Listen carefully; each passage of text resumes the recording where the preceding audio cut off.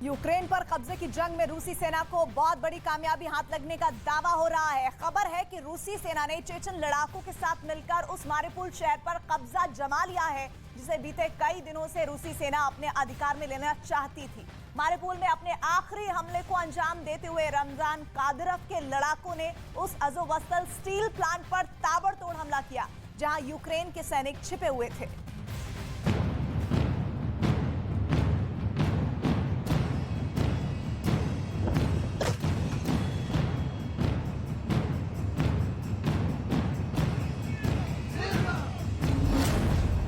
Putin की घातक सेना का जश्न।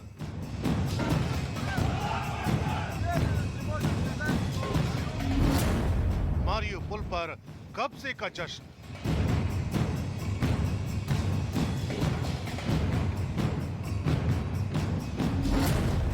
लाशों के ढेर पर पुतिन की सेना।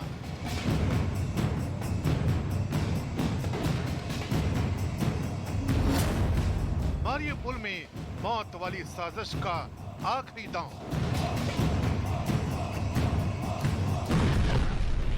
ये उसी मारिउपोल में हुई तबाही की तस्वीरें हैं, जहां अब रूस ने कब्जे का दावा किया है। चेचन कमांडरों की खूनी फौज ने मारिउपोल में ऐसी भयानक तबाही मचाई कि किसी के भी रोंगटे खड़े हो जाएं। बताया जा रहा है कि पुतिन के बेहद करीबी रमजान कादिरोव के लड़ाकों की वजह से ही मारिउपोल जैसा शहर रूस के कब्जे में आ चुका है। और ये तस्वीरें उसी जश्न की हैं, जिसमें कादिरोव के लड़ाके रूसी सेना के साथ मिलकर जीत का जय घोष कर रहे हैं। मारिउपोल में मौत वाली साजिश का ये आखिरी दांव पुतिन के इशारे पर ही चला गया है। खुद चेचन कमांडर इस बात को कबूल कर रहे हैं कि मारिउपोल में जिस तबाही और सफाई का हुक्म मिला था, अब उसे पूरा किया जा चुका है। Уверенности можем сказать, что Мариуполь город полностью очищен со стороны Азовсталя. Это административное здание Азовсталя. Спецоперация по уничтожению и очистке. मारिउपोल पर कब्जे के लिए रूसी सेना और चेचन कमांडरों ने इस बार उस अज़ोवस्ताल स्टील प्लांट को अपने निशाने पर लिया, जहां यूक्रेन के बचे हुए सैनिक छिपे हुए थे। दावा किया जा रहा है कि इस आखिरी हमले को अंजाम देने के लिए चेचन कमांडरों ने स्टील प्लांट पर भयंकर बमबारी की। इस दौरान रूसी सेना के टैंकों ने यूक्रेन के सैनिकों पर किसी भी तरह का रहम नहीं बरता। कई घंटों तक चली इस कार्रवाई में तबाही और बर्बादी की ऐसी तस्वीरें सामने आई, जिन्हें देखकर किसी का भी कलेजा कांप सकता है।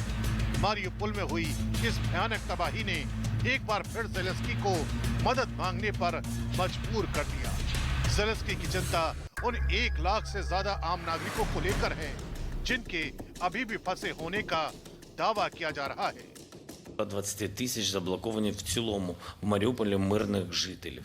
Щодо гуманітарних коридорів, які ведуть до вивезення цих людей, працюємо постійно і постійно хтось когось вдається вивезти. Останній час росіяни блокують цей процес. Була пропозиція обміну, хоча б обміну поранених людей на поранених. दरअसल अज़ोवस्ताल स्टील प्लांट पर रूस के कब्जे के साथ ही मारिउपोल यूक्रेन के हाथ से निकल गया, जिसका ऐलान कुछ घंटे पहले ही चेचन कमांडर रमजान कादिरोव ने कर दिया था। और उन्होंने अपने टेलीग्राम पेज पर डाले गए एक ऑडियो मैसेज में इस बात का दावा किया था कि सिर्फ 2-4 घंटों के भीतर मारिउपोल उनके पंजों में होगा। Считаете нужным с утра сложить оружие, то я уверен, что... चेचन्या, जिससे स्टील प्लांट और उसके आसपास के इलाकों में तबाही मच गई। यूक्रेन के जिन सैनिकों ने वहां से भागने की कोशिश की, वो रूसी सेना और चेचन लड़ाकों के हमले में मारे गए।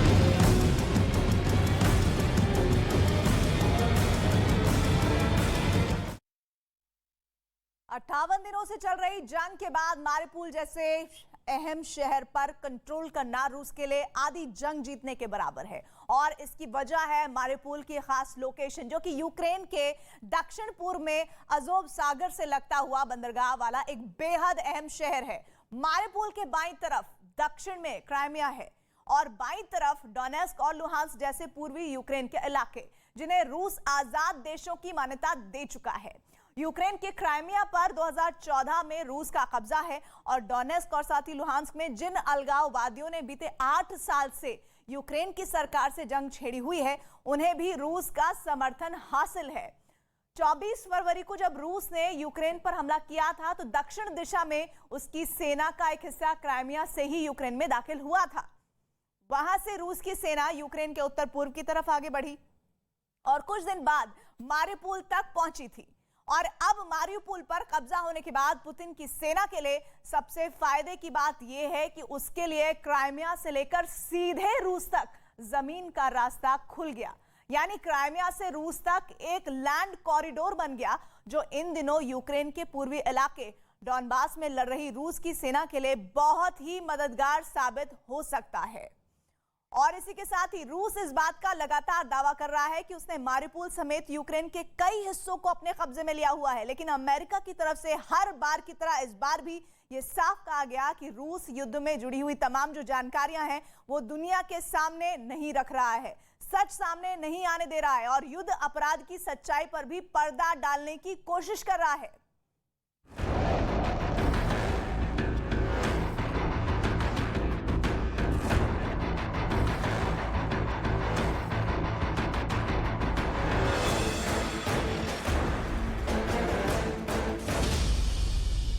के दावे पर अमेरिका का पलटवार,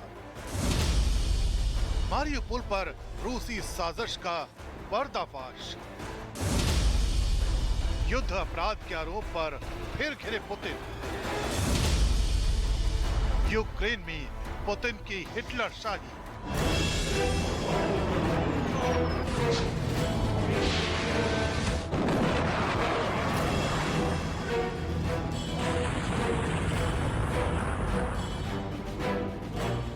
क्या मारिउपोल पर पुतिन ने कब्जे की झूठी कहानी गढ़ी है?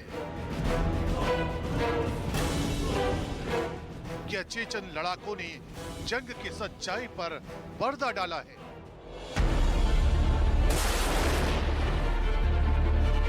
रहा है। इस बार अमेरिका का आरोप है कि रूस ने मारिउपोल को आजाद कराने की झूठी खबर फैलाई है। सैटेलाइट तस्वीरों का सच पुतिन की सेना लगातार छिपा रही है। रूस के सैनिक वॉर क्राइम को छिपाने के लिए लाशों को दफनाने में जुटे हैं।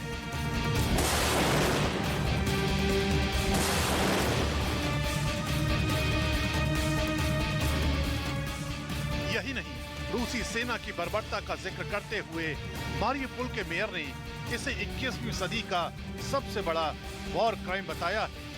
इतना ही नहीं, मारिउपोल के मेयर ने पुतिन की तुलना हिटलर के उस नरसंहार से कर दी है जिसे दूसरे विश्व युद्ध के दौरान यहूदियों और गुलामों के साथ अंजाम दिया गया था।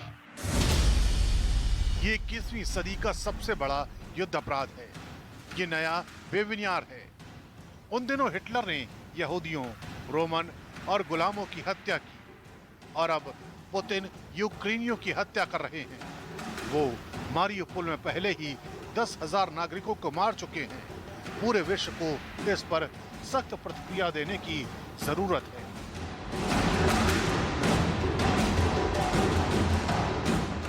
दरअसल रूस को लेकर यूक्रेन और अमेरिका के दावों का सच महज एक इत्तेफाक नहीं है, बल्कि यूक्रेन की जमीन पर आसमान से निगरानी करने वाले सैटेलाइट तस्वीरें भी बहुत हद तक कहानी को साफ कर रही हैं।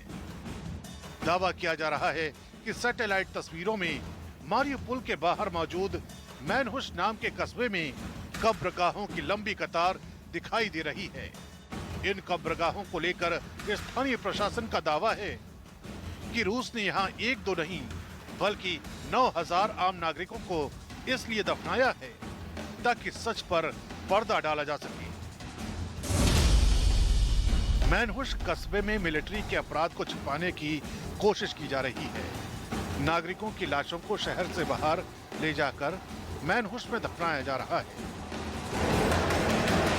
जाहिर है यूक्रेन में हालात ऐसे हो चुके हैं कि रूसी सेना पर सवाल भी उठने लाजमी है,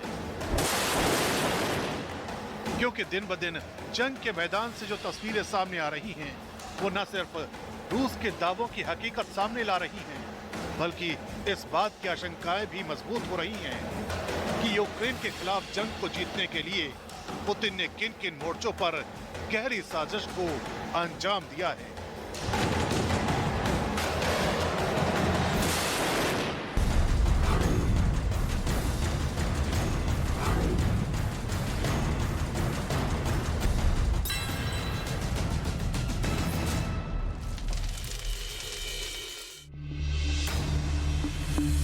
साल बाद शनि की सबसे अनोखी चाल, थमेगी यूक्रेन रूस की जंग या विश्व युद्ध रहेगा होकर? क्या चाइना को लगेगी दुनिया की हाय?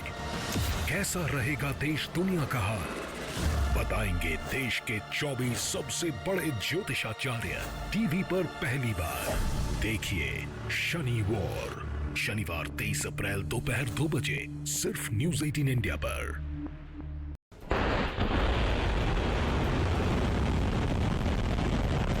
मिसाइल इतनी तेजी और इतनी ताकत से उड़ी कि जमीन पर धुएं का जबरदस्त गुबार उठा, जिसमें सब कुछ ओझल हो गया।